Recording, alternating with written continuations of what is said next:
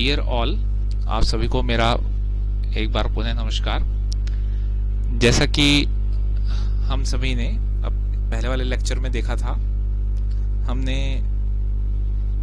Time dependent Schrodinger wave equation को develop किया था और फिर श्रोडिंगर वेव इक्वेशन की हमने स्टडी स्टेट फॉर्म भी स्टडी करी थी एंड देन हमने वेव फंक्शन की फिजिकल प्रॉपर्टीज भी, फिजिकल इंटरप्रिटेशन देखा था और फिर कुछ प्रॉपर्टीज भी हमने वेव फंक्शन की स्टडी करी थी। अब हम उसी को आगे बढ़ाते हुए, वेव फंक्शन की प्रॉपर्टीज को आगे बढ़ाते हुए, अब हम वेव फंक्शन की कुछ बहुत इंपॉर्टेंट प्रॉपर्टी जो कि वेव फंक्शन का नॉर्मलाइजेशन और ऑर्थोगोनैलिटी होती है, इसको भी आज हम स्टडी करते हैं कि वेव फंक्शन के नॉर्मलाइजेशन और ऑर्थोगोनैलिटी से हम क्या समझते हैं।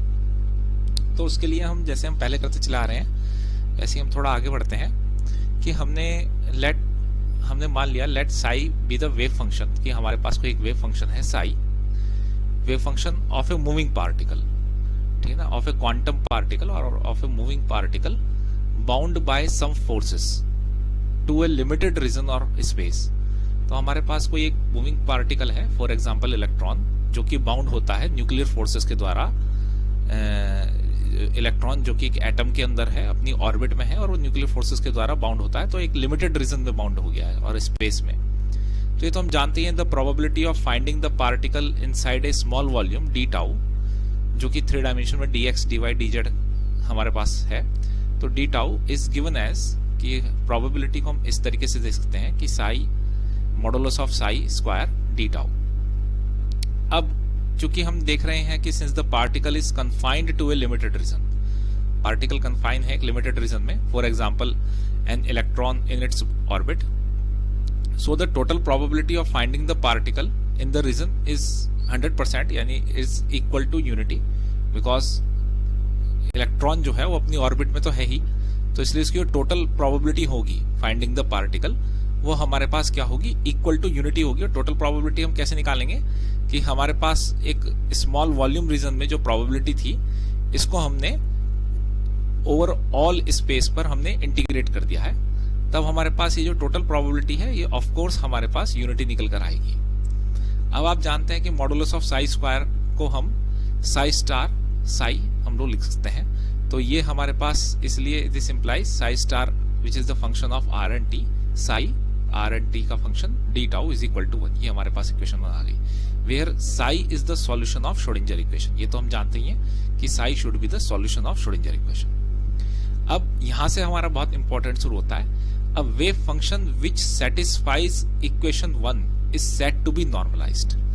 एक ऐसा वेव फंक्शन जो कि इक्वेशन 1 को सेटिस्फाई करता हो, तो वो हमारे पास क्या कहलाता है, is said to be normalized, normalized to unit हमारे पास, और सिंपली नॉर्मलाइज्ड।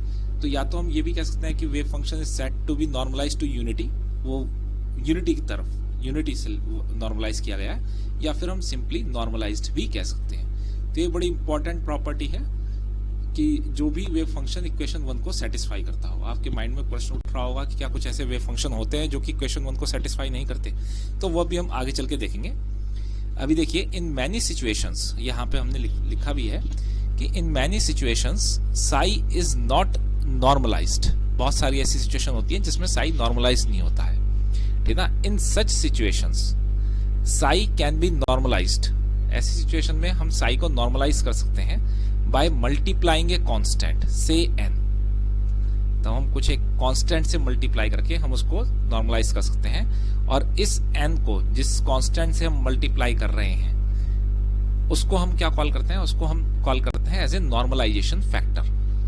तो जिस कांस्टेंट से मल्टीप्लाई करने पर कोई भी वेव फंक्शन नॉर्मलाइज हो जाए, यानी कि वो इस इक्वेशन को सेटिस्फाई करने लगे, psi star psi d tau is equal to 1 को सेटिस्फाई करने लगे, तो उसको हम नॉर्मलाइजेशन फैक्टर कॉल करते हैं उस constant. So now in order that psi n psi is normalized, अगर n psi भी normalized हो तो it must meet the requirement। तो इसका सिंपल सा मीनिंग है कि मान लिया हमारे पास कोई फंक्शन था, psi फंक्शन था, वो नॉर्मलाइज नहीं था, तो अगर उसको नॉर्मलाइज होना है, उसको हमने किसी एक नॉर्मलाइजेशन फैक्टर से, कांस्टेंट से हमने मल्टीप्लाई करवाया। तो मल्टीप्लाई करवाने के बाद अगर वो नॉर्मलाइज हो गया है तो फिर वो इस वाली कंडीशन को सेटिस्फाई करना चाहिए कि एन साई का होल का star n psi d tau is equal to 1। तो नॉर्मलाइजेशन टू यूनिटी होना चाहिए। अब आप देख रहे हैं एन जो है कोई ये कांस्टेंट है, तो ऑब्वियसली हमारे पास एन स्टार एन जो है ये हम बाहर निकाल सकते हैं मॉडुलस ऑफ एन स्क्वायर करके, ये इंटीग्रेशन से बाहर आ जाएगा।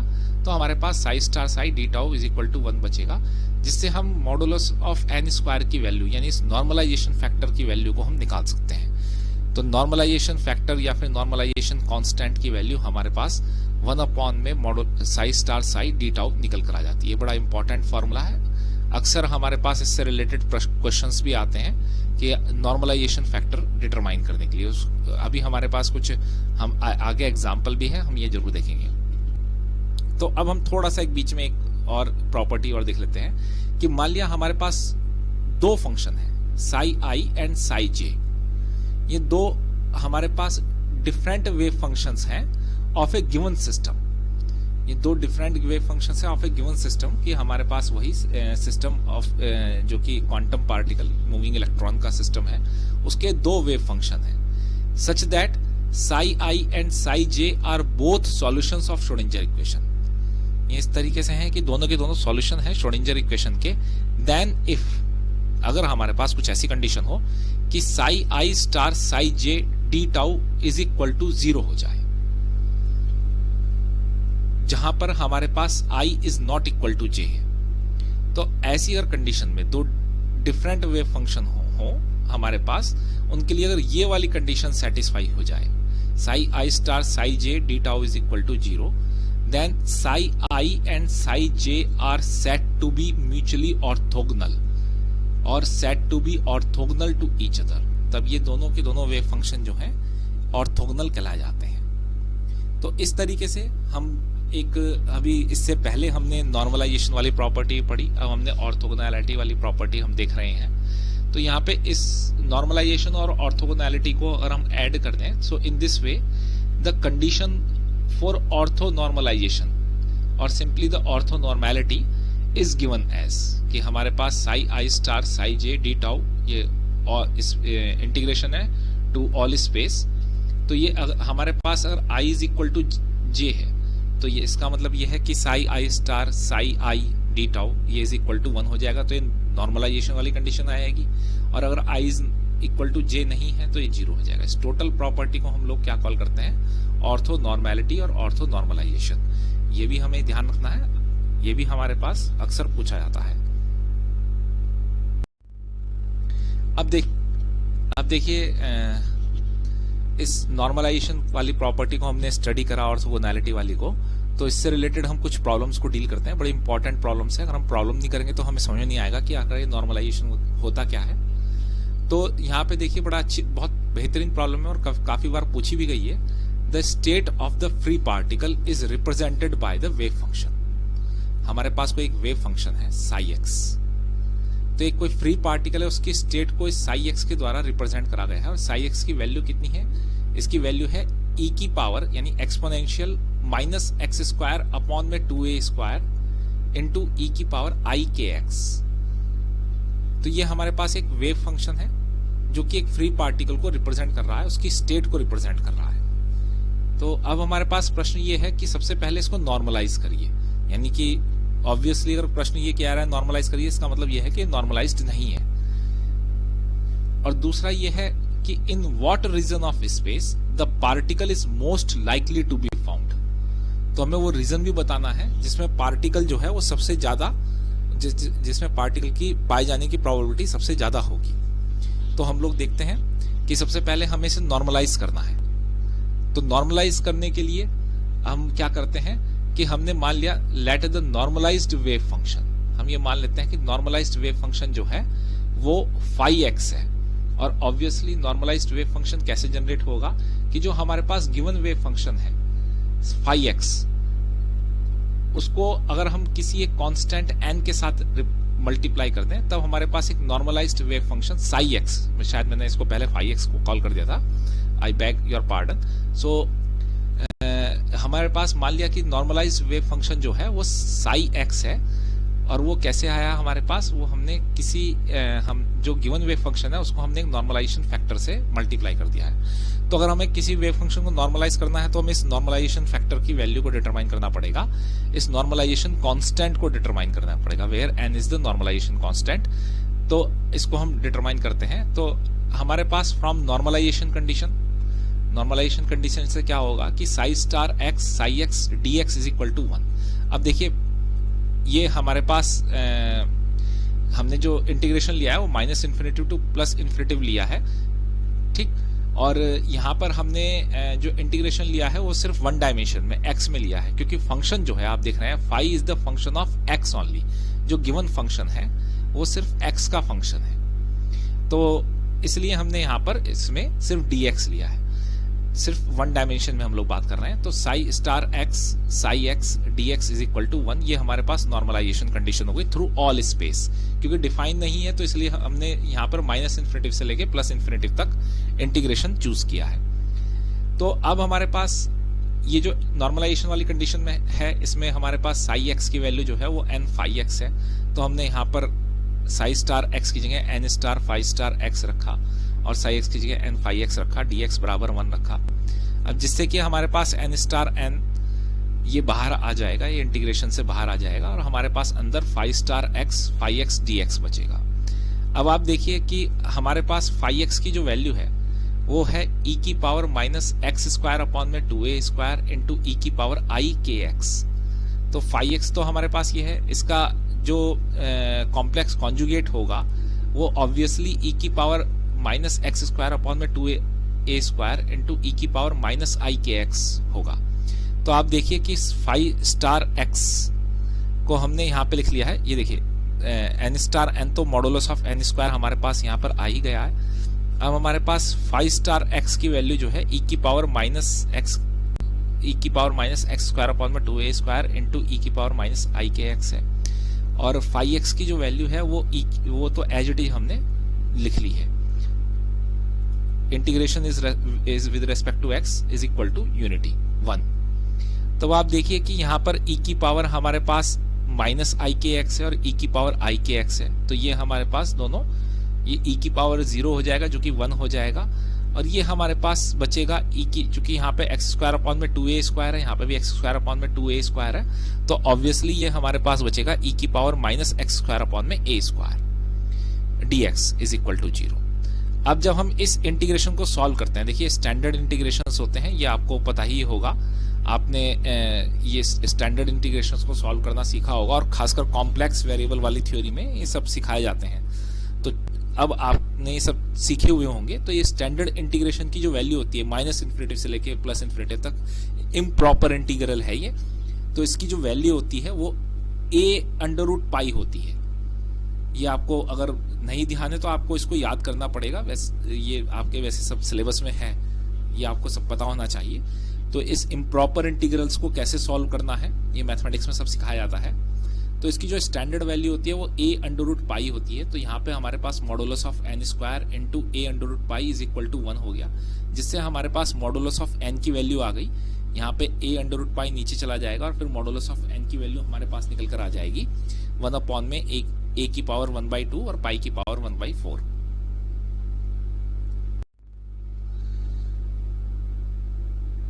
सो द नॉर्मलाइज्ड वेव फंक्शन हमने देखा था, normalized wave function psi x is equal to n phi x था, तो यहां पर हमने n की वैल्यू पुटअप कर दी है 1 अपॉन में a की पावर 1/2 पाई की पावर 1/4 e की पावर, फिर ये हमारे पास phi x as it is है। तो आप देख रहे हैं कि हमारा पहला वाला पार्ट, ये देखिए फर्स्ट पार्ट हमारा जो है द नॉर्मलाइज्ड वेव फंक्शन, ये हमारा फर्स्ट पार्ट है। नॉर्मलाइज्ड वेव फंक्शन ये है, ये हमारे पास नॉर्मलाइज्ड वेव फंक्शन निकल कर आ गया है। अब हमारे पास ये नॉर्मलाइज्ड वेव फंक्शन निकल कर आ गया है, फिर हमारे पास सेकंड वाला पार्ट था कि हमें निकालना था कि किस रीजन में पार्टिकल के पाए जाने की मैक्सिमम प्रोबेबिलिटी है। तो now second, the probability density, it means the probability of finding the particle in a unit volume is given as, ये आप जानते हैं probability density in a unit volume तो यूनिट वॉल्यूम की बात हमने कर दी, तो हमारे पास प्रोबेबिलिटी डेंसिटी px, क्योंकि अभी हम सिर्फ वन डायमेंशन में है, तो modulus of psi x square, ये कंडीशन सिर्फ नॉर्मलाइज्ड वेव फंक्शन के लिए ही होती है, तो हमने ऑलरेडी वेव फंक्शन को नॉर्मलाइज कर ही लिया है। अगर हम phi x modulus of phi x square अगर हम करते तो उससे हमारे पास प्रोबेबिलिटी डेंसिटी नहीं निकल सकती थी।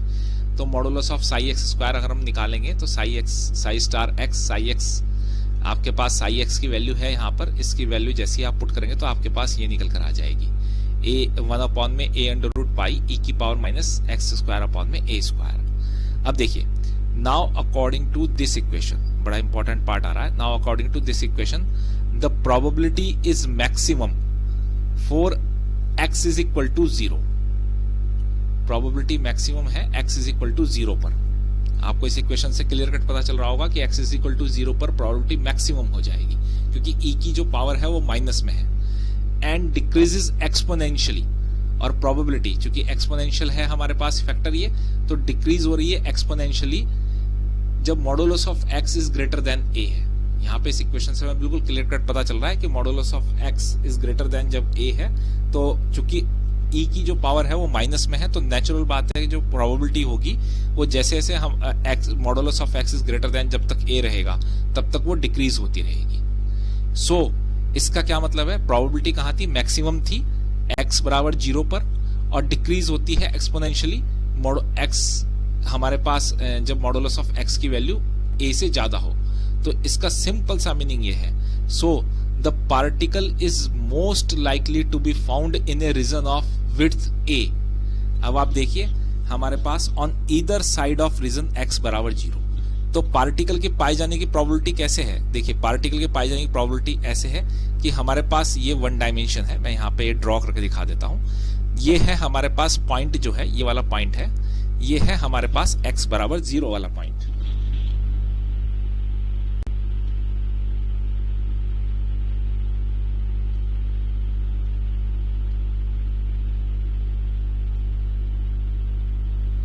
ये हमारे पास x बराबर 0 वाला पॉइंट है, और यहां पर ये है हमारे पास माइनस a, और ये है हमारे पास प्लस a। ठीक, ये हमारे पास माइनस a है, ये थोड़ा सा मैं लिखने की कोशिश करता हूं, और ये है हमारे पास प्लस a। देखिए पार्टिकल जो है वो सिर्फ वन डायमेंशन में मूव करने के लिए, क्योंकि सिर्फ x एक्सिस के अलोंग ही मूव कर सकता है, तो पार्टिकल आप देखिए बड़ा अच्छा प्रश्न है, ये बहुत अच्छा क्वेश्चन है कि पार्टिकल सिर्फ वन डायमेंशन में मूव कर सकता है, और पार्टिकल के पाए जाने की प्रोबेबिलिटी है वो इसी वन डायमेंशन में माइनस a से लेके प्लस a तक है, और जो मोस्ट प्रोबेबिलिटी है वो x बराबर 0 पर है, यानी कि मोस्ट प्रोबेबल वो यहां पर है, परंतु उसका जो पाई जाने की प्रोबेबिलिटी है वो माइनस a से लेके प्लस a तक। अब देखिए इस तरह के हम फंक्शन को, ये जो हमारे पास साई एक्स फंक्शन निकल कर आया है, इस तरह के फंक्शन को हम क्या कह सकते हैं कि particle is bound in a one dimensional box. ये हमारे पास एक ऐसा बॉक्स है, बॉक्स तो आप समझते होंगे, एक ऐसा बॉक्स है, ये सिर्फ वन डायमेंशनल बॉक्स है कि इसमें पार्टिकल सिर्फ एक ही डायमेंशन में मूव कर सकता है, एक्स एक्सिस के अलोंग में। तो particle is bound to move in a one dimensional box. तो आप देखिए बड़ा अच्छा क्वेश्चन है, हमें आगे चल के इस तरह की प्रॉब्लम्स को डील भी करना है कि particle in one dimensional box. तो ये हमारे पास particle is likely to be found in a region of width a on either side of the origin x बराबर 0। तो देखिए बड़ा अच्छा क्वेश्चन था ये, बड़ा बहुत ही बेहतरीन हमारे पास प्रश्न था। अब हमारे पास इसी तरीके से एक और प्रॉब्लम आती है, वो प्रॉब्लम ये है कि verify the orthogonal property of the wave function of a particle in one dimensional box. फिर से देखिए मैंने यहाँ पे वन डायमेंशनल बॉक्स वाला ही एक और प्रॉब्लम पुटअप करी है कि वेरीफाई करनी है हमें orthogonal property of wave function of a particle in one dimensional box. तो ऑर्थोगोनल प्रॉपर्टी आप जानते हैं, साई आई स्टार साई जे का, इसका ऑल स्पेस पे integration D tau should be equal to हमारे पास ये 0 होना चाहिए जहां पर i is not equal to j। तो अब आप देखिए वेरीफाई करना है हमें orthogonal property of wave function of a particle in one dimensional box. अब यहाँ पे वेव फंक्शन दिया तो नहीं है, इसलिए यानी कि हमें particle in one dimensional box का वेव फंक्शन को हमें याद भी करना पड़ेगा, और आगे चल के हम देखेंगे भी, हमें याद भी हो जाएगा जब हम प्रॉब्लम्स को टैकल करेंगे। तो देखिए, wave function of a particle in one dimensional box of length L.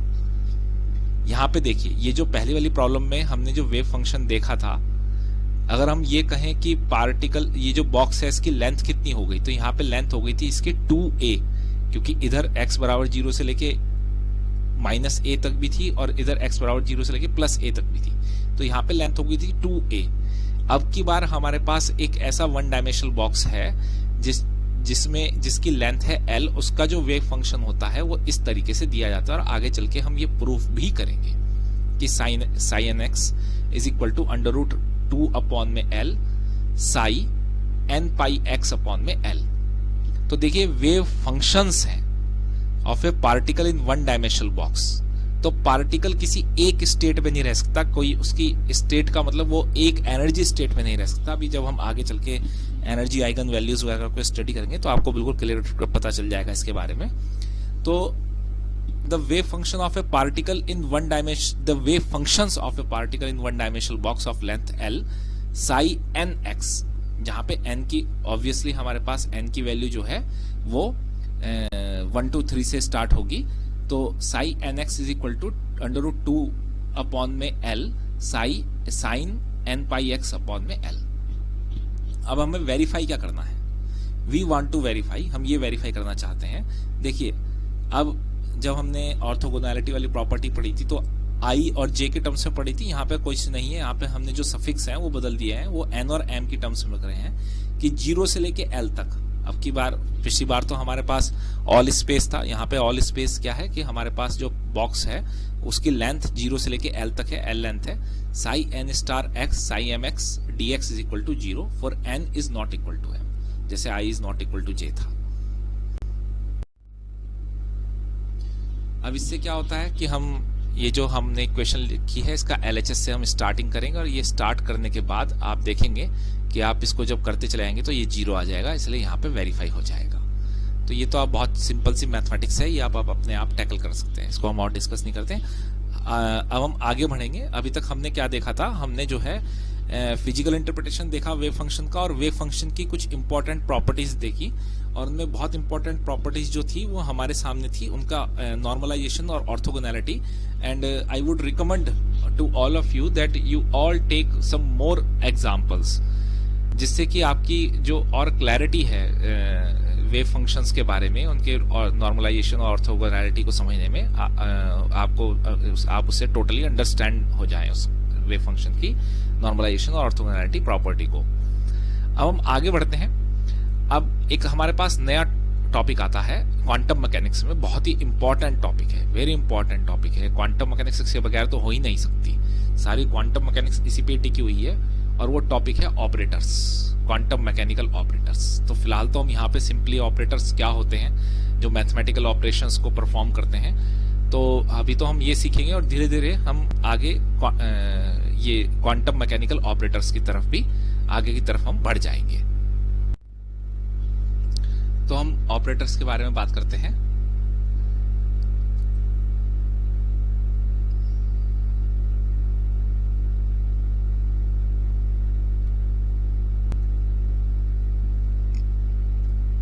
तो the state of a system in quantum mechanics is completely described by the wave function.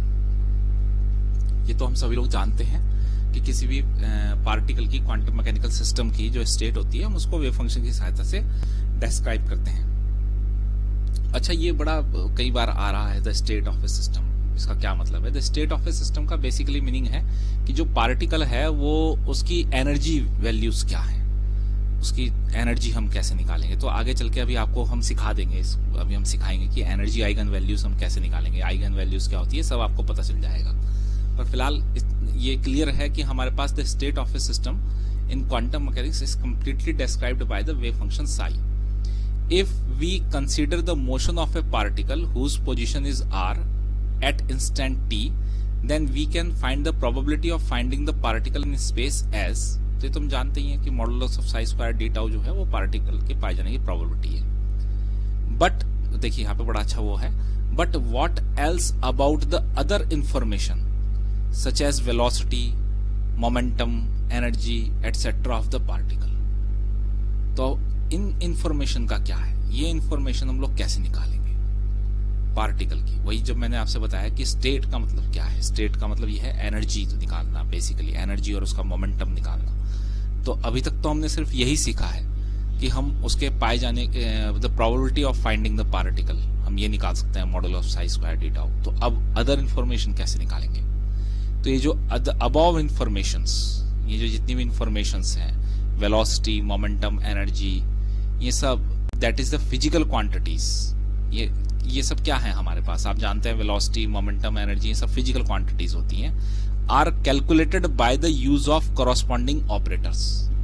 तो ये जितनी भी फिजिकल क्वांटिटीज हैं इनको हम कैलकुलेट करते हैं by the use of corresponding operators in quantum mechanics. तो corresponding operator, it means the velocity will have a operator, momentum will have a operator and energy will have a operator. So these operators act on the system.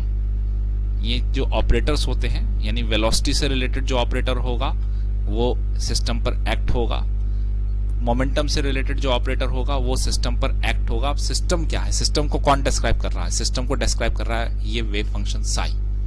तो obviously ये operators इस wave function Sai पर act होंगे and they will give us the required information। और ये operators जो है जब वेव फंक्शन साई पर एक्ट होंगे, अब क्वेश्चन ये उठता है कि हमने देखा कि ऑपरेटर्स जब ये हैं किस तरह से हमें निकालना है। Now the question is what are the operators, कि ये एक्चुअल में ऑपरेटर्स होते क्या है। तो जैसे कि मैंने स्टार्टिंग में कहा था कि हमें मैथमेटिकल ऑपरेशंस करने होंगे। सो एन ऑपरेटर ए कैप, अब देखिए यहाँ पे ये नोटिंग करते समय कैप हट गई है। इसको जो ऑपरेटर होता है क्वांटम मैकेनिक्स में, बेसिकली हम उसको एक कैपिटल लेटर से डिनोट करते हैं और इसके ऊपर हम एक हैट लगाते हैं। तो ऑपरेटर को हम लोग एक कैपिटल, इंग्लिश के कैपिटल लेटर से डिनोट करते हैं और उसके ऊपर हम ये कैप या फिर हैट चढ़ा देते हैं। तो an operator A hat is a rule और a mathematical operation which changes a given function से एफ एक्स। मान लिया कोई भी हमारे पास एक फंक्शन है और सिंप्लिसिटी के लिए हमने वन डायमेंशन फंक्शन ले रखा है से एफ एक्स। तो जो इस फंक्शन को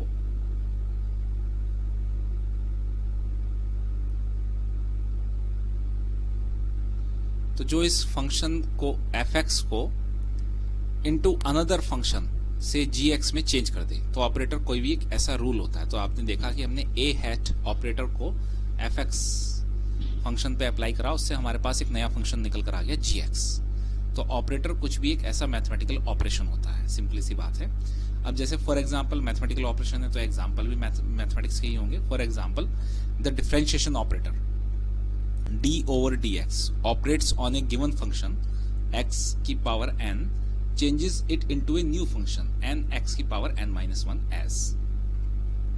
तो आप देख रहे हैं कि हमारे पास इस तरीके से ये ऑपरेट होकर हमारे पास एक नया फंक्शन निकल कर आ गया है। Now in quantum mechanics we are mostly concerned with linear operators. Quantum mechanics में जो ऑपरेटर्स होते हैं वे जनरली लीनियर ऑपरेटर्स होते हैं। अब ये लीनियर ऑपरेटर क्या होते हैं ये हम देख लेते हैं। An operator A hat is said to be linear if A hat operate हो F X plus G X पे। दो हमारे पास फंक्शन मान लिया हमने, दो डिफरेंट फंक्शंस हैं F X plus G X, both are the function of X. तो इनके लीनियर कॉम्बिनेशन पर ऑपरेट हो तो हमारे पास ये वाली प्रॉपर्टीज आए कि A hat F X plus A hat G X and A hat alpha F X, जहाँ पे एल्फा हमारे पास कोई भी कांस्टेंट है जो कि कॉम्प्लेक्स भी हो सकता है और रियल भी हो सकता है, कोई भी एक कांस्टेंट है। तो A hat alpha F X is equal to, हम एल्फा को बाहर ले सकते हैं, alpha A hat F X. तो वेयर एल्फा इज कांस्टेंट जो मैंने आपसे बताया which may or may not be complex. So ये हमारे पास है। ये जो दो प्रॉपर्टी हैं ये दोनों प्रॉपर्टी कॉन्स्टिट्यूट करती हैं लीनियर ऑपरेटर की प्रॉपर्टीज को। तो और कोई भी ऑपरेटर लीनियर है तो उसको इन दोनों प्रॉपर्टी को फुलफिल करना चाहिए। Now more over for linear operators, अब हमारे पास मान लिया दो ऑपरेटर लीनियर ऑपरेटर हैं ए एंड बी, ये दोनों लीनियर ऑपरेटर हैं, A hat and B hat, ये दो लीनियर ऑपरेटर हैं। इट इज रिक्वायर्ड दैट, ये रिक्वायर किया जाता है कि A hat plus B hat F X is equal to A hat F X plus B hat F X and A hat B hat F X is equal to A hat B hat F X. तो आप यहाँ पे देख रहे हैं कि हमने फिर ए ऑपरेटर को हमने बाहर ले लिया है, पहले बी ऑपरेटर जो है वो एफ एक्स पे ऑपरेट हुआ, देन हमारे पास ए ऑपरेटर एफ एक्स पे ऑपरेट हुआ, तो वह वही रिजल्ट देगा जो कि ए ऑपरेटर और बी ऑपरेटर का। So it is clear that, ये हमारे पास क्लियर है that the operators obey distributive law and associative law. तो अभी जो हमने पीछे दो देखी थी, जब हमारे पास दो ऑपरेटर थे ए हैट एंड बी हैट, तो ऑपरेटर्स जो है वो डिस्ट्रीब्यूटिव लॉ, उसमें से जो पहली वाली इक्वेशन थी वो डिस्ट्रीब्यूटिव लॉ को बता रही थी और दूसरी वाली इक्वेशन एसोसिएटिव लॉ वाली इक्वेशन बता रही थी। But what about commutative law, ये भी बड़ा इंपॉर्टेंट है। अगर हम एलजेब्रा को देखें ऑपरेटर्स की, तो ऑपरेटर्स की एलजेब्रा में हमने देखा कि वो डिस्ट्रीब्यूटिव लॉ को भी फॉलो कर रहे हैं, एसोसिएटिव लॉ को भी फॉलो कर रहे हैं, परंतु अब कॉम्यूटेटिव लॉ को क्या ऑपरेटर्स फॉलो करते हैं? तो अब देखिए, जब हमने इसका प्रश्न लिया है और आप देख रहे हैं कि नेक्स्ट टॉपिक में हमने अलग से ही बनाया है द कॉम्यूटेटर, इट मीन्स जो ऑपरेटर का जो कॉम्यूटेटिव लॉ है वो बड़ा ही इंपॉर्टेंट होगा क्वांटम मैकेनिक्स में। तो हम इसको अलग से ही डील कर रहे हैं, अलग टॉपिक दे रहे हैं, the commutator for operators in quantum mechanics. तो मान लिया कि let A hat and B hat are two linear operators, ये हमारे पास दो लीनियर ऑपरेटर्स हैं। लीनियर ऑपरेटर की डेफिनेशन हमने पीछे अभी देखी थी। The commutation relation of these operators are symbolically written as, देखिए कॉम्यूटेशन रिलेशन जो है वो इस तरीके से राइट किया जाता है कि हमारे पास ये जो ब्रैकेट्स होते हैं, ब्रैकेट्स के अंदर ए हैट फिर comma B hat and is defined as, और फिर जो डिफाइन जो किया जाता है कॉम्यूटेशन रिलेशन, वो इस तरीके से डिफाइन किया जाता है कि इनका जो कॉम्यूटेशन रिलेशन है वो A hat B hat minus B hat A hat. Operator A hat and B hat is set to commute each other. अब अगर हमारे पास उनका कॉम्यूटेशन रिलेशन की वैल्यू जो है वो 0 निकल कर आ जाए तो वे क्या कहे जाते हैं? Set to commute each other, then both operators are set to commute each other. But पर ये बड़ा इंपॉर्टेंट वाली बात है कि linear operators do not always commute. Linear operator हमेशा कॉम्यूट नहीं करते हैं, यानी कि ए हैट और बी हैट इनका जो कॉम्यूटेशन रिलेशन है वो 0 के इक्वल नहीं आता है, डू नॉट ऑलवेज कॉम्यूट। ये बड़ा इंपॉर्टेंट है कि क्वांटम मैकेनिक्स में हमारा जो पाला पड़ता, हमारा जो आमना सामना होता है वो लीनियर ऑपरेटर से ही होता है, और linear operator do not always commute. तो हमें देखना है कि ये जो प्रॉपर्टी है ये हम क्वांटम मैकेनिक्स में कैसे यूज करते हैं। तो यहाँ पे देखिए हमने एक इम्पॉर्टेंट नोट बना रखा है, यानी कि हमें पढ़ने के लिए जब हम आगे चलेंगे पढ़ेंगे तो हमें पता होना चाहिए कि इन quantum mechanics the commutator of linear operator is very important. तभी मैंने यहाँ पर इसको ये थोड़ा सा एक बॉक्स में करने की कोशिश करी है। तो in quantum mechanics the commutator of linear operator is very important. If two operators commute, अगर ऑपरेटर्स कॉम्यूट कर जाते हैं, यानी कि अगर A hat and B hat is equal to 0 आ जाता है, कॉम्यूटेशन रिलेशन 0 आ जाता है। If two operators commute then the variable or the physical quantities associated with them. अब ये हमारे पास बड़ा इंपॉर्टेंट है कि जो वेरिएबल या फिर फिजिकल क्वांटिटीज होगी जो कि इनके साथ एसोसिएटेड होगी, जैसे अभी हमने सीखा था कि ऑपरेटर्स के साथ एक हमारे पास फिजिकल क्वांटिटी एसोसिएट होगी, देन अगर वे कम्यूट कर जाते हैं then the associated with them, the physical quantities associated with them can be determined simultaneously and accurately।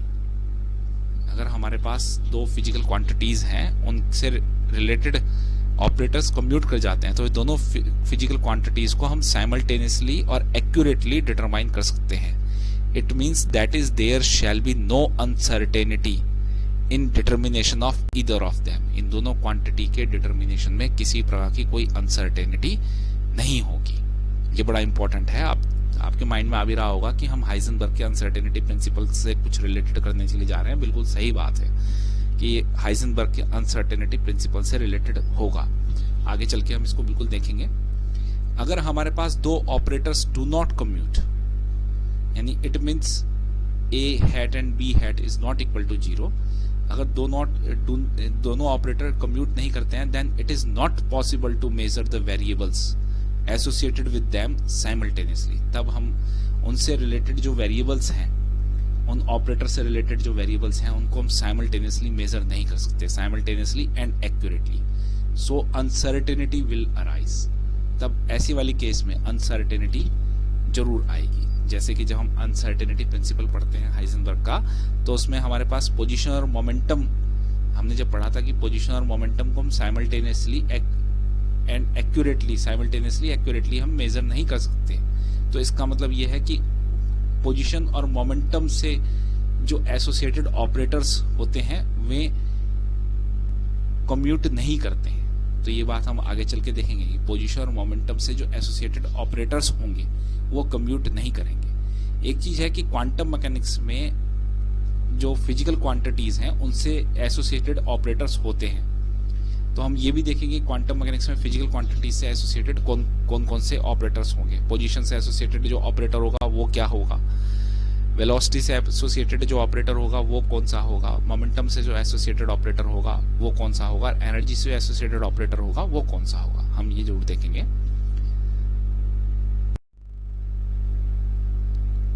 तो इससे पहले वाली स्लाइड में हमने देखा कि ऑपरेटर्स के बारे में हमने पूरा डिटेल में स्टडी करा। अब हम आगे बढ़ते हैं। अब हमें एक बहुत इम्पोर्टेंट टॉपिक को डील करना है, वो है eigen functions and eigen values. ये आइगन फंक्शन और आइगन वैल्यूज क्या होते हैं? तो eigen function and eigen values देखिए कि associated with each linear operator, हर एक लीनियर ऑपरेटर के साथ associated there is a set of functions. हमारे पास एक सेट ऑफ फंक्शंस एसोसिएट होता है लीनियर ऑपरेटर्स के साथ, एंड कॉरस्पॉन्डिंग नंबर्स। हर एक लीनियर ऑपरेटर के साथ एक सेट ऑफ फंक्शंस भी एसोसिएट होता है और उसके कॉरस्पॉन्डिंग नंबर भी एसोसिएट होता है। यानी हर एक फंक्शन के साथ एक नंबर एसोसिएट रहेगा, और वो नंबर कैसा हो सकता है, वो कॉरस्पॉन्डिंग नंबर कहें या फिर कॉरस्पॉन्डिंग कांस्टेंट कहें, विच मे बी रियल और कॉम्प्लेक्स। वो रियल भी हो सकता है नंबर, कांस्टेंट, कॉम्प्लेक्स भी हो सकता है। कि सच दैट, किस तरीके से कि अगर आप ऑपरेटर को ऑपरेट करेंगे उस फंक्शन पर, तो हमारे पास क्या होगा कि वो सेम फंक्शन हमको ऑब्टेन हो जाएगा। देखिए हमने क्या किया, ऑपरेटर को किसी फंक्शन पर हमने ऑपरेट किया, उससे क्या हुआ कि हमें वो सेम फंक्शन मिल गया, बट उसके साथ में कांस्टेंट और नंबर भी हमें मिलकर आया है। और वो कांस्टेंट और नंबर कैसा है, वो रियल है या फिर कॉम्प्लेक्स है।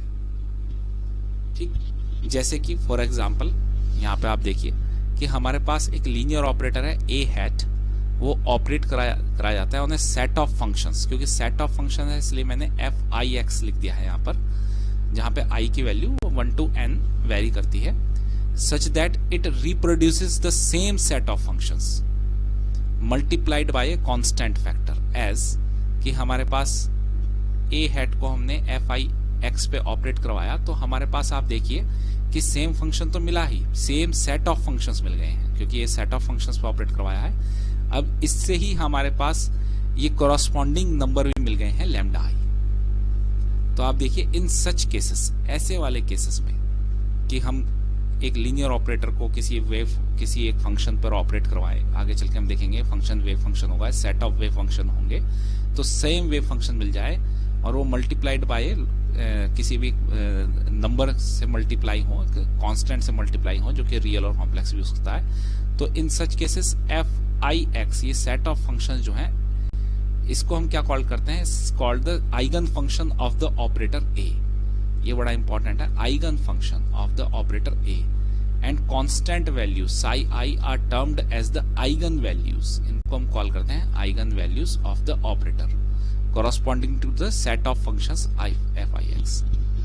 तो अगर हमें सेम फंक्शन मिलकर आ जाए, तो ये जो हमारे पास सेट ऑफ फंक्शंस हैं, इनको हम eigen functions of operator, this operator के, ए हैट ऑपरेटर के आइगन फंक्शंस हो गए। और लैम्डा आई जो हो गया हमारे पास, लैम्डा आई हम क्या कह रहे हैं, लैम्डा आई हम कह रहे हैं कि आइगन वैल्यूज हैं। आइगन वैल्यूज किसकी, ऑपरेटर ए की, eigen values of operator A hat की, फॉर द कॉरस्पॉन्डिंग इस वाले फंक्शन के लिए, इस सेट ऑफ फंक्शंस के लिए। हमें देखिए सेंटेंस अपना पूरा करना होता है बिल्कुल, कि अगर हमसे कोई पूछे कि eigen functions of, eigen function जो आइगन फंक्शन है एफ आई एक्स, वो इस वाले ऑपरेटर ए हैट का है, और लैम्डा आई जो आइगन वैल्यूज हैं वो इसी ऑपरेटर की हैं कॉरस्पॉन्डिंग टू दिस फंक्शन। ये हमें पूरा corresponding to set of eigen functions F X. और ये जो इक्वेशन 1 है, इस तरह की जो इक्वेशन 1 होती है, बड़ी इंपॉर्टेंट इक्वेशन है। इस इक्वेशन 1 को हम क्या कॉल करते हैं, इस इक्वेशन 1 को हम कॉल करते हैं आइगन वैल्यू इक्वेशन। ये आप देखिए, आपने पढ़ी भी होगी मैथमेटिक्स में। Equation 1 is known as the eigen value equation. और ये आइगन वैल्यू और आइगन फंक्शन आपने मैट्रिसेस में बहुत अच्छे से पढ़े होंगे, क्योंकि फंक्शंस जो हैं वो मैट्रिक्स के फॉर्म में रिप्रेजेंट करते हैं। तो the equation 1 is known as the eigen value equation. यहाँ पे बड़ा एक इंपॉर्टेंट नोट है हमारे पास कि आइगन, ये जो, हाँ ये बड़ा इंपॉर्टेंट है कि आइगन शब्द कहाँ से आया, आइगन वर्ड कहाँ से आया। Eigen is a German word, have meaning self और ओन और कैरेक्टरिस्टिक। इसका मीनिंग है सेल्फ, ओन और कैरेक्टरिस्टिक। तो आप ये अपने आप देखिए, आप देख रहे हैं कि इसका सेल्फ या फिर कैरेक्टरिस्टिक हमारे पास फंक्शन है इस ऑपरेटर का, ठीक है ना। तो अब हम एग्जाम्पल देख लेते हैं। जैसे बहुत ही सिंपल सा एग्जाम्पल है, F X is equal to, हमारे पास कोई एक फंक्शन है ई की पावर एक्स, और एक ऑपरेटर है हमारे पास, एक मैथमेटिकल ऑपरेटर है हमारे पास जो डिफरेंशिएशन ऑपरेटर है, डी ओवर डी एक्स। इसको हमने क्या किया, इस ऑपरेटर को एफ एक्स पे ऑपरेट किया। तो आप देख रहे हैं यहाँ पे हमारे पास ये निकल कर आ गया। तो आप देखिए यहाँ पर हमारे पास एक कांस्टेंट, एक नंबर आया है, और सेम फंक्शन भी आ गया है। तो ये आइगन वैल्यू इक्वेशन भी बन गई है हमारे पास। Operator A hat F X is equal to A small A F X. तो हमारे पास एफ एक्स, अब ऑब्वियसली चूंकि सेम फंक्शन हमें मिल गया है, तो F X is known as the eigen function of this operator A hat. तो एफ एक्स जो कि ई की पावर ए एक्स के निकलता है, is eigen function of operator A hat which is equal to D over D X, while A, जबकि A जो है is the eigen value of A hat operator corresponding to this function. ये देखिए sentence हमेशा पूरा होना चाहिए, खाली आइगन वैल्यू नहीं कहना है हमें, eigen value of the operator corresponding to the function, ये हमें कहना है।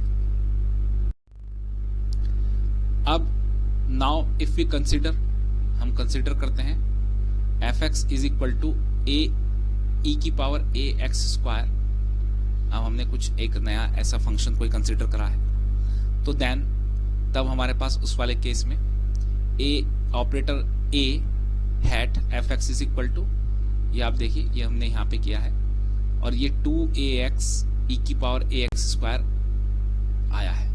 अब यहाँ पर ये देखिए, ये जो हमारे पास 2ax आया है, ये भी तो फंक्शन है x का। तो किसी एक ये जो मल्टीप्लिकेशन हुआ है, ये हमारे पास फंक्शन से मल्टीप्लिकेशन हो गया है सेम फंक्शन का। तो नेचुरल बात है कि हमारे पास which is also a function of x हो गया है। तो इसका सिंपल सा मीनिंग है the above equation is not the eigen value equation. ये हमें इंपॉर्टेंट वाली बात है। आइगन वैल्यू इक्वेशन में जो फंक्शन आता है उसका जो मल्टीप्लिकेशन होता है वो सिर्फ कांस्टेंट के साथ ही होता है, नंबर के साथ होता है, वो किसी और फंक्शन के साथ नहीं हो सकता। तो ये वाली इक्वेशन आइगन वैल्यू इक्वेशन नहीं है। अब हमारे पास जो हम अभी तक हमने ऑपरेटर्स देखे और ये आइगन वैल्यू और आइगन फंक्शन देखे, इसमें एक बड़ा इंपॉर्टेंट ऑपरेटर आता है हमारे पास पढ़ने के लिए, और हमने अपने मैथमेटिक्स में मैट्रिसेस में इसको पढ़ा भी है। और वो ऑपरेटर क्या है, वो है हर्मिशियन ऑपरेटर। तो देखिए हम इसको जल्दी से देखते हैं। A type of linear operator, यानी हर्मिशियन ऑपरेटर क्या होता है, लीनियर ऑपरेटर ही होता है। A hat is said to be Hermitian, वो हर्मिशियन कहलाएगा if for any two arbitrary and finite wave functions, हमारे पास दो arbitrary and finite wave functions हैं fx and gx। wave function मैंने लिख दिया है, अदरवाइज simple functions भी हम लिख सकते हैं। if for any two arbitrary and finite functions fx and gx it satisfies the following equation। अगर ये इस इक्वेशन को सेटिस्फाई कर रहा है कि gx का कॉम्प्लेक्स कॉन्जुगेट यानी gx स्टार फिर ए ऑपरेटर हुआ है एफ एक्स पर, और ये टोटल का इंटीग्रेशन इज इक्वल टू इस तरीके से हो जाए हमारे पास कि ऑपरेटर ए जी एक्स के साथ ए जो है वो जी एक्स पे ऑपरेट हो और उसका कॉम्प्लेक्स कॉन्जुगेट हो और एफ एक्स को हम बाहर ले लें और तब हमारे पास ये इंटीग्रेशन हो। अगर इस तरह का हमारे पास प्रॉपर्टी आ जाए तब हमारे पास ये जो ऑपरेटर ए हैट है ये हर्मिशियन ऑपरेटर कहलाता है। अब देखिए प्रॉपर्टीज क्या होती हैं हर्मिशियन ऑपरेटर की। ये आपने हर्मिशियन ऑपरेटर की प्रॉपर्टीज जो है वो मैट्रिसेस में भी करी हैं और बाकी आप बुक में भी देख सकते हैं। यहाँ पे तो मैंने सिर्फ लिखा है, इनकी प्रॉपर्टीज को आप प्रूफ भी कर सकते हैं कि let A hat and B hat are the two Hermitian operators then their linear combination A hat B hat is also Hermitian operator. ये बड़ी इंपॉर्टेंट प्रॉपर्टी होती है कि अगर हमारे पास दो ऑपरेटर हर्मिशियन है तो उनकी लीनियर कॉम्बिनेशन भी हर्मिशियन होगा। और एक और बहुत इंपॉर्टेंट प्रॉपर्टी है कि for a Hermitian operator A hat we have A hat का जो कॉम्प्लेक्स कॉन्जुगेट होता है वो वही ऑपरेटर ही निकल कर आ जाता है। तो ये भी हर्मिशियन ऑपरेटर की एक बड़ी इंपॉर्टेंट प्रॉपर्टी है। Eigen value of Hermitian operator are all real. ये बहुत इंपॉर्टेंट है कि हर्मिशियन ऑपरेटर की जितनी भी आइगन वैल्यूज हैं, मान लिया हमारे पास कोई एक हर्मिशियन ऑपरेटर है ए हैट, उसको हमने किस एक सेट ऑफ फंक्शन फाई आई पे ऑपरेट करवाया जिससे कि हमारे पास ये आइगन वैल्यूज निकल कर आई लैम्डा आई। अब ये लैम्डा आई जो है रियल होती है, यानी अगर आप इनका कॉम्प्लेक्स कॉन्जुगेट लेंगे तो हमारे पास ये लैम्डा आई ही निकल कर आ जाएगा। तो ये बड़ा इंपॉर्टेंट प्रॉपर्टी है कि eigen values of a Hermitian operator are real. ये मैथमेटिक्स में तो पूछा जाता है, जनरली क्वांटम मैकेनिक्स में नहीं पूछा जाता है, फिर भी आप बुक से इसे जो है प्रूफ करना जरूर सीख लें। और एक हमारे पास एक चौथी प्रॉपर्टी ये है, the product of two Hermitian operator is Hermitian if and only if they commute.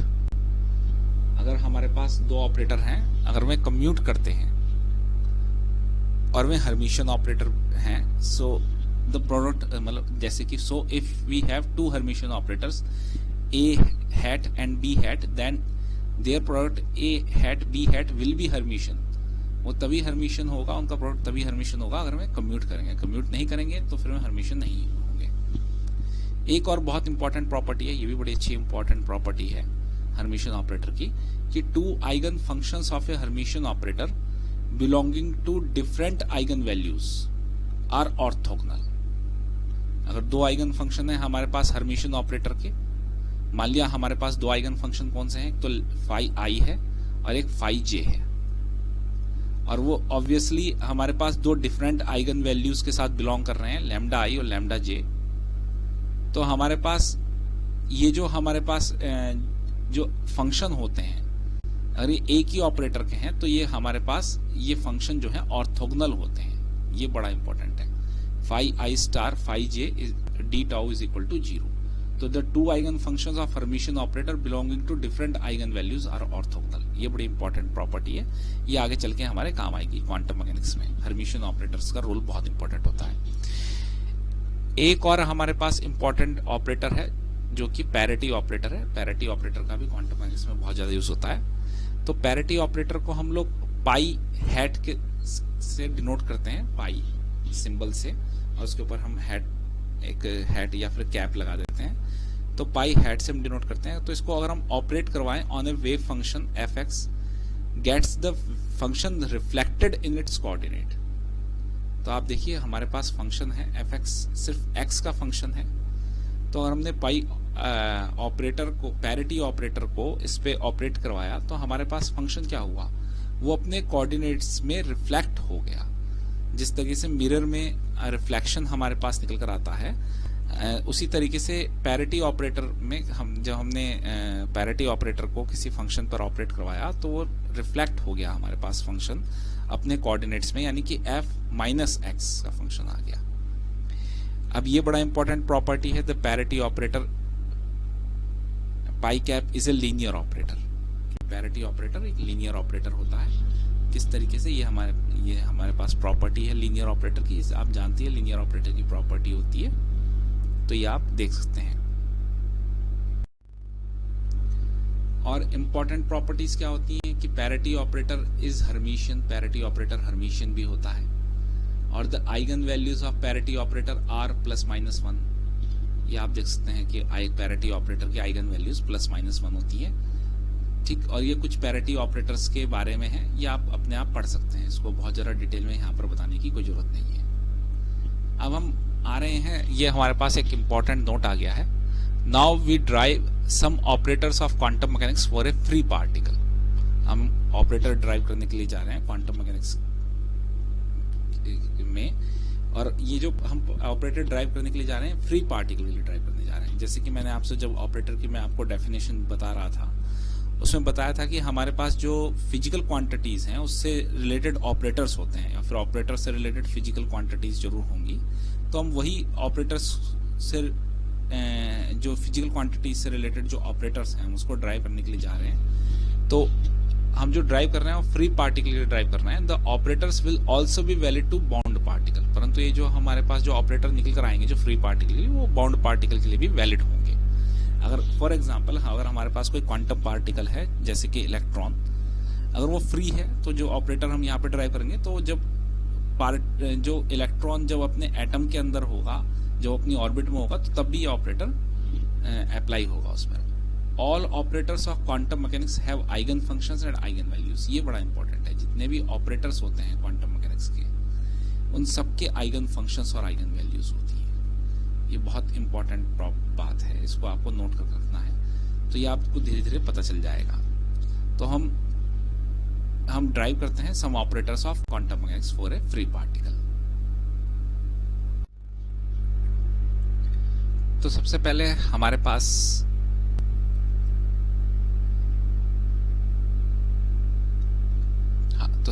हमारे पास है ऑपरेटर फ्रॉम मोमेंटम। तो देखिए, the wave function for a free particle moving along positive X axis is given as. तो आप जानते हैं free particle हमारे पास कोई मूव कर रहा है पॉजिटिव एक्स एक्सिस के लॉन्ग में, तो उसका वेव फंक्शन इस तरीके से देख सकते हैं कि psi which is the function of X and T is equal to A E की पावर आई आयोटा अपॉन में H cut P X X minus E T. हम क्या करते हैं कि देखिए, इसको डिफरेंशिएट करते हैं एक्स के रेस्पेक्ट में। एक्स के रेस्पेक्ट में डिफरेंशिएट करने पर आप देख रहे हैं कि हमारे पास ये आ गया है आयोटा अपॉन में H cut P X Sai. अब हम क्या करते हैं, इसको देखिए, हम इस रीअरेंज करते हैं इस इक्वेशन को। इस इक्वेशन को रीअरेंज करने पर हमारे पास क्या आ रहा है, minus iota upon H cut del psi upon में del X is equal to P X psi. So this is the eigen value equation for the X component of momentum. ये आपको ध्यान रखना है, for the X component of momentum के लिए ये हमारे पास आइगन वैल्यू इक्वेशन है। अब आइगन वैल्यू इक्वेशन भाई, तो आइगन वैल्यू इक्वेशन हमने पीछे देखा ही था कि कैसे बनेगी। आइगन वैल्यू इक्वेशन में क्या होता है कि हमारे पास एक ऑपरेटर होता है, ऑपरेटर किसी फंक्शन पर ऑपरेट हुआ, उससे हमारे पास वो फंक्शन एज इट इज निकल कर आ गया और एक कांस्टेंट वैल्यू निकल कर आ गई, नंबर और कांस्टेंट निकल कर आ गया। तो आप देख रहे हैं यहाँ पे वो नंबर ऑफ कांस्टेंट क्या है, मोमेंटम।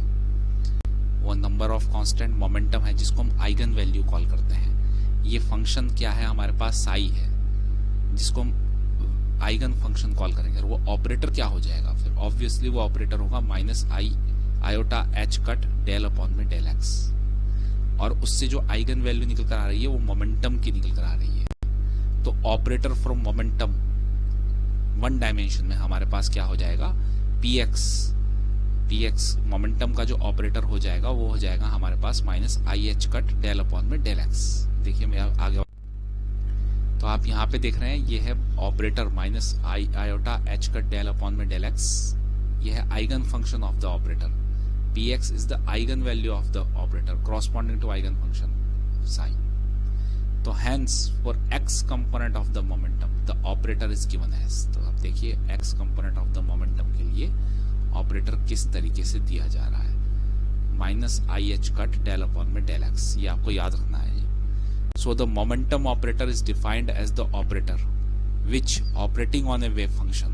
तो मोमेंटम ऑपरेटर हम कैसे डिफाइन कर रहे हैं, which operating on a wave function reproduces the wave function multiplied by the momentum. तो आप देख रहे हैं मोमेंटम ऑपरेटर क्या हो गया हमारे पास, मोमेंटम ऑपरेटर को हमने वेव फंक्शन पे अप्लाई किया तो वेव फंक्शन तो आ ही रहा है, परंतु जो आइगन वैल्यू है वो भी मोमेंटम की ही है, वो मोमेंटम ही निकल कर आ रही है। तो ये हमारे पास मोमेंटम आइगन वैल्यू इक्वेशन कहलाई जाएगी। ये जो इक्वेशन है हमारे पास eigen value equation for the momentum. तो अगर हम 3 डायमेंशन में देखें तो 3 डायमेंशन में मोमेंटम ऑपरेटर में हमारे पास माइनस आई एच कट तो रहेगा ही रहेगा, बस डेल अपॉन में डेल एक्स की है डेल ऑपरेटर आ जाएगा। तो आप देखिए कितना आसान था। ऐसे ही operator for kinetic energy, kinetic energy के लिए हम देख लेते हैं। तो हमारे पास वेव फंक्शन तो ये है ही। अब हम क्या कर सकते हैं, इस वेव फंक्शन को हमने देखिए ट्वाइस डिफरेंशिएट किया है विद रेस्पेक्ट टू एक्स।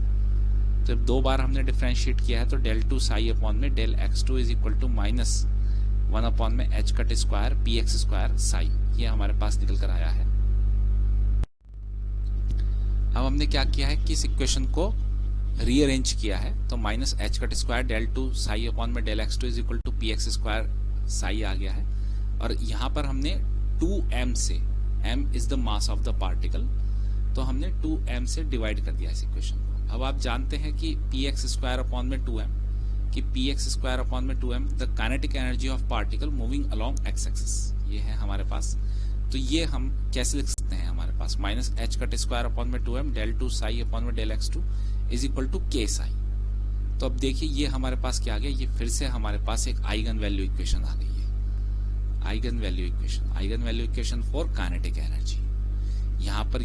यहाँ पर आप देखिए in above equation minus H cut square upon में 2m डेल टू अपॉन में del X two is the operator, ये ऑपरेटर हो गया। Psi eigen function of the operator और के क्या हो गया, eigen value of the operator. Hence for the free particle moving along X axis the operator for kinetic energy, obviously आपको इस equation से पता चल रहा है काइनेटिक एनर्जी का जो ऑपरेटर है K hat is equal to minus H cut square upon में 2m डेल टू अपॉन में डेल एक्स टू। अच्छा ये बड़ा इंपॉर्टेंट है, मुझे पहले भी डिस्कस कर देना चाहिए था कि कुछ बुक्स में ऑपरेटर को इस तरीके से लिखा रहता है कि के हैट इज इक्वल टू के साइन के साथ लिखा रहता है, और मैंने यहाँ पे एरो बनाकर लिखा हुआ है। तो दोनों बात एक ही है, पर आप देखेंगे अगर स्टैंडर्ड बुक्स देखेंगे आप तो उसमें एरो से ही रिप्रेजेंट किया जाता है, क्योंकि ऑपरेटर जो है ऑपरेट होता है, इक्वल नहीं होता है। तो हमारे पास ये काइनेटिक एनर्जी ऑपरेटर निकल कर आ गया, और ये हमारे पास काइनेटिक एनर्जी के लिए आइगन वैल्यू इक्वेशन आ गई है। तो 3 डायमेंशन में ऑब्वियसली 3 डायमेंशन में बहुत सिंपल सी बात है कि के hat operator is equals minus H cut square upon में 2m डेल टू। अब देखिए अभी हमने इससे पहले मोमेंटम के लिए भी ऑपरेटर देखा, काइनेटिक एनर्जी के लिए भी ऑपरेटर देखा। अब हम जल्दी से जो है यहाँ पे टोटल एनर्जी के लिए भी ऑपरेटर देख लेते हैं। तो let us consider the motion of a particle moving in a force field characterised by potential energy. तो हमारे पास मान लो कोई पार्टिकल है जो कि फोर्स फील्ड में मूव कर रहा है, जिसको हम कैरेक्टराइज कर रहे हैं पोटेंशियल एनर्जी। वही हमारे पास फॉर एग्जाम्पल एक इलेक्ट्रॉन है जो कि अपनी ऑर्बिट में है और वो न्यूक्लियस के चारों तरफ अपनी ऑर्बिट में मूव कर रहा है। तो जो फोर्स फील्ड है वो न्यूक्लियस का हो गया। तो operator for the potential energy is given as, तो देखिए पोटेंशियल एनर्जी का जो ऑपरेटर होता है वी हैट, वो वी ही होता है। इसके लिए हमने कोई इक्वेशन डेवलप नहीं करी है, वी हैट वी ही होता है। वी जो कि आप जानते हैं which is the function of are and T. तो total energy of the particle is given as, total energy आप जानते हैं कि टोटल एनर्जी काइनेटिक एनर्जी और पोटेंशियल एनर्जी का सम होता है टोटल मैकेनिकल एनर्जी। यहाँ से हम काइनेटिक एनर्जी को निकाल सकते हैं which is equal to total energy minus potential energy. Now the eigen value equation of the kinetic energy operator, ये हमने देखी थी eigen value equation kinetic energy operator की, अभी हमने पीछे देखी थी कि हमारे पास कैपिटल के ऑपरेटर को कैपिटल से लिखते हैं, capital K hat psi is equal to K psi. तो हमने क्या किया यहाँ पे 3 डायमेंशन में इसको रख दिया है, इस जो हमारे पास काइनेटिक एनर्जी ऑपरेटर है उसकी वैल्यू को हमने यहाँ पर सब्स्टिट्यूट किया है, और यहाँ पर ये है हमारे पास काइनेटिक एनर्जी, इसको सब्स्टिट्यूट किया है। तो kinetic energy is equal to E minus V है, तो हमने यहाँ पर दिया है ई माइनस वी साई। अब हमने क्या किया कि इस इक्वेशन को थोड़ा सा रीअरेंज किया है। तो आप देखिए कि हमने माइनस वी साई को हम राइट हैंड साइड से लेफ्ट हैंड साइड लेके गए हैं। तो हमारे पास क्या निकल कर आ गया, minus H cut square upon में 2m del two plus V psi is equal to E psi. This ये देखिए बड़ा इंपॉर्टेंट आया है जी, this is the eigen value equation of the total energy of the particle. ये आपको याद रखना पड़ेगा, eigen value equation of the total energy of the particle. तो हमारे पास as the operator has eigen value in terms of energy, hence it is known as total energy operator. तो आप देख रहे हैं कि जो ऑपरेटर है हमारे पास, ये जो ऑपरेटर आया है minus H cut square upon में 2m del 2 plus we operator जो आया, इससे आइगन वैल्यू जो निकल कर आ रही है वो टोटल एनर्जी की निकल कर आ रही है, एनर्जी की निकल कर आ रही है। इसलिए इस ऑपरेटर को हम टोटल एनर्जी ऑपरेटर कॉल करेंगे और इसको हम रिप्रेजेंट करते हैं भैया एच हैट से। और एच हैट ये कहा जाता है is called as Hamiltonian operator, क्योंकि हैमिल्टन नाम के एक साइंटिस्ट थे, उन्होंने सबसे पहले बताया था, इसलिए इसको हम हैमिल्टोनियन ऑपरेटर कॉल करते हैं। तो H hat is equal to minus H cut square upon में 2m del 2 plus V R T, ये हमारे पास हैमिल्टोनियन ऑपरेटर है। बड़ा ही इंपॉर्टेंट ऑपरेटर है, ये भी आपको हमेशा याद रखना है।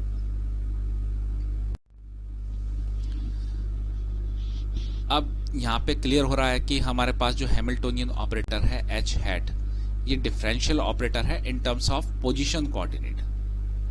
बिल्कुल, क्योंकि एच हैट की वैल्यू जैसे कि अभी हमने पिछले वाले स्लाइड में देखा था कि एच हैट ऑपरेटर की जो वैल्यू निकल कर आई थी वो minus H cut square upon में 2m del 2 plus V R T निकल कर आया था। यहाँ पे जो डिफरेंशियल था वो सिर्फ हमारे पास डेल ऑपरेटर ही था, तो यानी कि एच हैट जो है वो डिफरेंशियल ऑपरेटर है in terms of position coordinates. तो हम eigen energy eigen value equation कैसे लिख सकते हैं, H hat psi is equal to E psi, हम ऐसे लिख सकते हैं। अब देखिए ये जो आप कहेंगे ये आपने अलग से क्यों मेंशन किया इन टर्म्स ऑफ पोजीशन कोऑर्डिनेट, क्योंकि माइंड में ये क्वेश्चन उठेगा कि जब हमने मोमेंटम ऑपरेटर को बताया तब हमने ऐसा कोई क्वेश्चन नहीं, ऐसा कोई बात नहीं लिखी कि वो सिर्फ पोजीशन कोऑर्डिनेट्स के टर्म्स में है। जब हमने काइनेटिक एनर्जी ऑपरेटर को बताया तब भी हमने ऐसा कोई डिस्कस नहीं किया है। परंतु हम टोटल एनर्जी के केस में क्यों डिस्कस कर रहे हैं कि वो in terms of position coordinate ही है, अब वो आपको पता चल जाएगा। Now the wave function of moving particle, अब ये वेव फंक्शन है, ये हमारे पास ऐसे है। इसको हम क्या करें कि इससे पहले तो अभी तक तो हमने क्या, ये देखिए 3 डायमेंशन में लिखा है मैंने वेव फंक्शन, इस बात को ध्यान दीजिएगा। इससे पहले मैं 1 डायमेंशन में लिख रहा था xt, अब की बार मैंने rt करके 3 डायमेंशन कर दिया है, ये कोई बड़ी बात नहीं है। वहां पे px था, यहाँ पे p डॉट r हो गया है। तो अगर हम क्या करें इस इक्वेशन को टाइम के रेस्पेक्ट में डिफरेंशिएट करें तो हमारे पास डेल साई अपॉन में del T is equal to minus iota upon में एच कट ई साई निकल कर आ जाएगा। उसको रीअरेंज करने पर हमारे पास I H cut del psi del upon में del T psi E psi निकल कर आ गया। ये एक और इक्वेशन निकल कर आ गई, एक और आइगन वैल्यू इक्वेशन निकल कर आ गई है। और यहाँ पे आइगन वैल्यू किसकी है, एनर्जी की। ये आप देखिए एनर्जी से रिलेटेड हमारे पास 2 ऑपरेटर हो गए। The energy eigen value equation for the total energy of the particle, here the energy operator, यहाँ पे जो एनर्जी ऑपरेटर निकल कर आया है ई कैप ई हैट, वो क्या है, I H cut del upon में del T is the differential operator with respect to time. तो आप देख रहे हैं कि एक ऑपरेटर हमारे पास with respect to position coordinates निकल कर आया है जिसको हमने एच हैट से रिप्रेजेंट करा है, और जो हमारे पास ऑपरेटर टाइम के रेस्पेक्ट में आया है उसको हमने ई हैट से ही रिप्रेजेंट कर दिया है। तो यहाँ पे आप देखिए बड़ा इंपॉर्टेंट, ये फिर से एक नोट मैंने लिख रखा है कि from eigen value equations of the energy operator, क्योंकि एनर्जी के 2 ऑपरेटर हो गए, एक तो हमारे पास पोजीशन कोऑर्डिनेट के टर्म्स में आ गया एनर्जी का ऑपरेटर जिसको हम एच हैट लिख रहे हैं, और एक टाइम कोऑर्डिनेट के टर्म्स में आ गया जिसको हम ई हैट लिख रहे हैं। आप देखिए H hat psi is equal to E psi है और ई हैट साई भी ई साई के इक्वल है।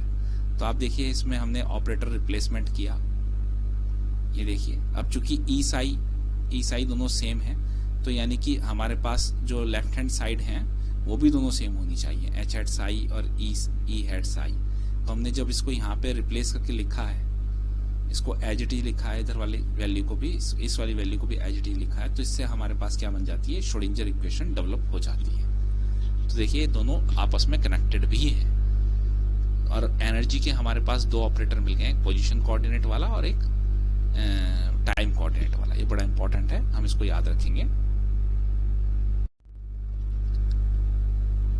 अब एक ये हमारे पास एक टॉपिक आ गया है, to show that energy eigen values are all real.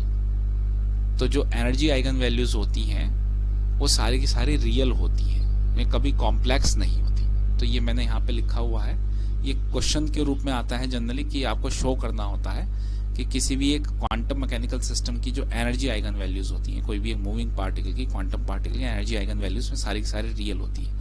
तो ये यहाँ पे क्वेश्चन के रूप में मैंने दिया है, इसको मैं डिस्कस नहीं करूँगा क्योंकि बहुत आसान है, तो आप इसको अपने आप कर सकते हैं। तो इस स्लाइड को तो हम स्किप कर रहे हैं। तो energy eigen values are all real, तो आप ये देख रहे हैं, कोई बहुत बड़ी चीज नहीं है। अच्छा, एक और ये हमारे पास बड़ा अच्छा टॉपिक है, ये टॉपिक है डीजनरेसी। डीजनरेसी क्या होती है आप देखिए। So for we saw that for each eigen function in energy eigen value equation, energy eigen value equation में कोई भी एक आइगन फंक्शन है, there is a energy eigen value, हमारे पास आइगन वैल्यू होती है। But there are some quantum states in which two or more than two eigen functions correspond to the same eigen value। अभी आप आगे चल के देखें, कुछ ऐसी क्वांटम स्टेट्स होती हैं जिसमें हमारे पास सेम आइगन वैल्यू के लिए दो या फिर दो से ज्यादा आइगन फंक्शन होंगे, आइगन वैल्यू सेम रहेगी, लैम्डा ई होगी, लैम्डा आई नहीं होगी। जब हमने सीखा था उसमें हमने लैम्डा आई करा था, तो हमारे पास लैम्डा ही रहेगी, परंतु एफ आई एक्स ये डिफरेंट होंगे। तो ऐसी states, these states known as the degenerate states, ऐसी स्टेट्स को हम डीजनरेट स्टेट्स कॉल करेंगे। ऐसी जो क्वांटम स्टेट्स होंगी जिसमें एनर्जी आइगन वैल्यू की तो एनर्जी आइगन वैल्यू तो सेम होगी, परंतु उससे जो कॉरस्पॉन्डिंग जो आइगन फंक्शंस हैं वे डिफरेंट होंगे। इसको हम क्या कॉल करेंगे, डीजनरेट स्टेट्स कॉल करेंगे। और ये जो degree of degeneracy is defined as the number of linearly independent eigen functions, कितने लीनियरली इंडिपेंडेंट आइगन फंक्शन उसके साथ जुड़े रहते हैं। अब ये लीनियरली इंडिपेंडेंट आइगन फंक्शन क्या होते हैं ये भी हम आगे चल के देखेंगे ये, परंतु इसको आपको ध्यान रखना है क्योंकि ये हमारा बड़ा इंपॉर्टेंट फैक्टर है जो कि हमें आगे चल के काम आएगा। अब अभी तक हमने ये सीख लिए हैं, हमने मोमेंटम के लिए ऑपरेटर देखा, हमने काइनेटिक एनर्जी के लिए देखा, हमने टोटल एनर्जी के लिए भी ऑपरेटर देखा। अब हम ये बड़ा इंपॉर्टेंट पार्ट आता है, देखिए अक्सर पूछा जाता है, commutation relation between position and momentum operator. तो देखिए पोजीशन जो है हमारे पास, पोजीशन का जो ऑपरेटर है आर हैट, वो पोजीशन ही होता है, ये आपको याद रखना है। ये कोई इसके लिए हमें अलग से ड्राइव करने की कोई आवश्यकता नहीं है, जैसे कि मैंने आपको अभी इससे पहले वाली स्लाइड में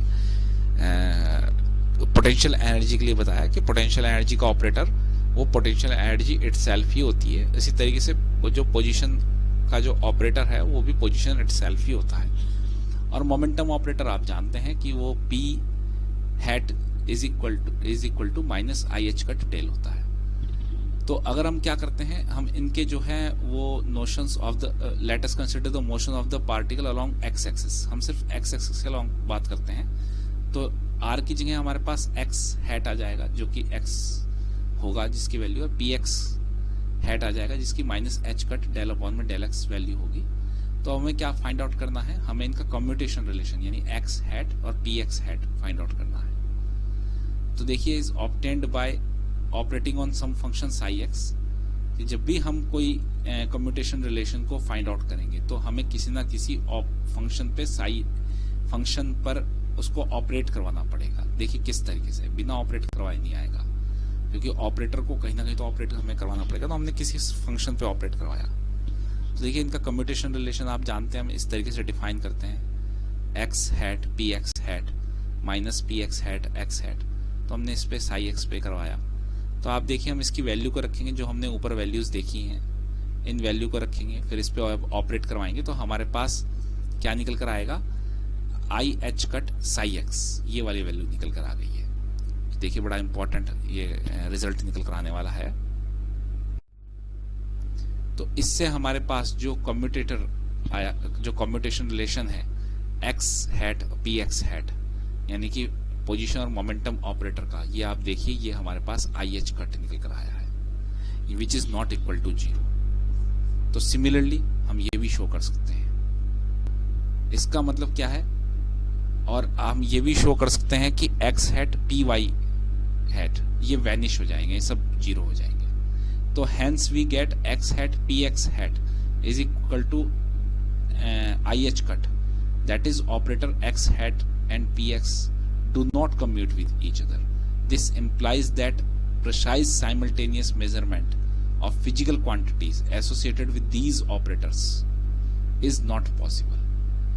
तो यानी इन ऑपरेटर के साथ जो फिजिकल क्वांटिटीज एसोसिएटेड होंगी उनका हम साइमल्टेनियस मेजरमेंट नहीं कर सकते हैं। तो यही हमारे पास अनसर्टेनिटी प्रिंसिपल था कि हम पोजीशन और मोमेंटम को साइमल्टेनियसली मेजर नहीं कर सकते हैं, क्योंकि उनसे जो एसोसिएटेड ऑपरेटर्स होते हैं वे एक दूसरे को कम्यूट नहीं करते हैं, परंतु एक्स हैट और पी वाई हैट ये कम्यूट करते हैं। यानी कि अगर हम पोजीशन का एक्स कंपोनेंट लें और वाई कंपोनेंट मोमेंटम का लें तो ये तो साइमल्टेनियसली मेजर हो सकते हैं, परंतु दोनों के सेम कंपोनेंट साइमल्टेनियसली मेजर नहीं हो सकते हैं। इसी प्रकार हमारे पास कम्यूटेशन रिलेशन बन जाता है between Hamiltonian operator and momentum. ये भी बड़ा इंपॉर्टेंट है। अब आप इसको बहुत आसानी से पढ़ सकते हैं, सीख सकते हैं, कोई बहुत बड़ी बात नहीं है। हैमिल्टोनियन ऑपरेटर ये होता है, मोमेंटम ऑपरेटर ये होता है, ये तो हमने देखे ही है। और इनका जो कम्यूटेशन है इसको हमने किसी एक ऑपरेटर पे अप्लाई करवाया है, तो उससे हमारे पास ये निकल कर चला आता है। तो हैमिल्टोनियन यानी टोटल एनर्जी ऑपरेटर और मोमेंटम ऑपरेटर ये दोनों को कम्यूट करते हैं, यानी आप टोटल एनर्जी और मोमेंटम दोनों को एक साथ डिटरमाइन कर सकते हैं। Momentum of free particle commutes with Hamiltonian.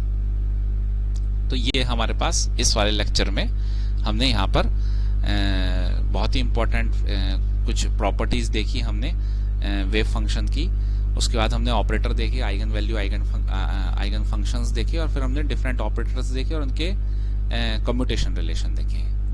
अब हमें आगे हम जो क्वांटम मैकेनिक्स जब हम आगे पढ़ेंगे तो उससे पहले हमें कुछ मैथमेटिक्स जरूर सीखनी पड़ेगी। तो वो मैथमेटिकल पार्ट हम नेक्स्ट लेक्चर में पढ़ेंगे, और वो मैथमेटिकल पार्ट जो शुरू होगा वो हमारा फूरियर सीरीज से शुरू होगा। तो नेक्स्ट लेक्चर तक के लिए आपके पास अब ये ऑपरेटर्स और इनसे रिलेटेड एग्जाम्पल्स हैं, तो आप इनको अपनी बुक में एग्जाम्पल्स के रूप में जरूर पढ़ें।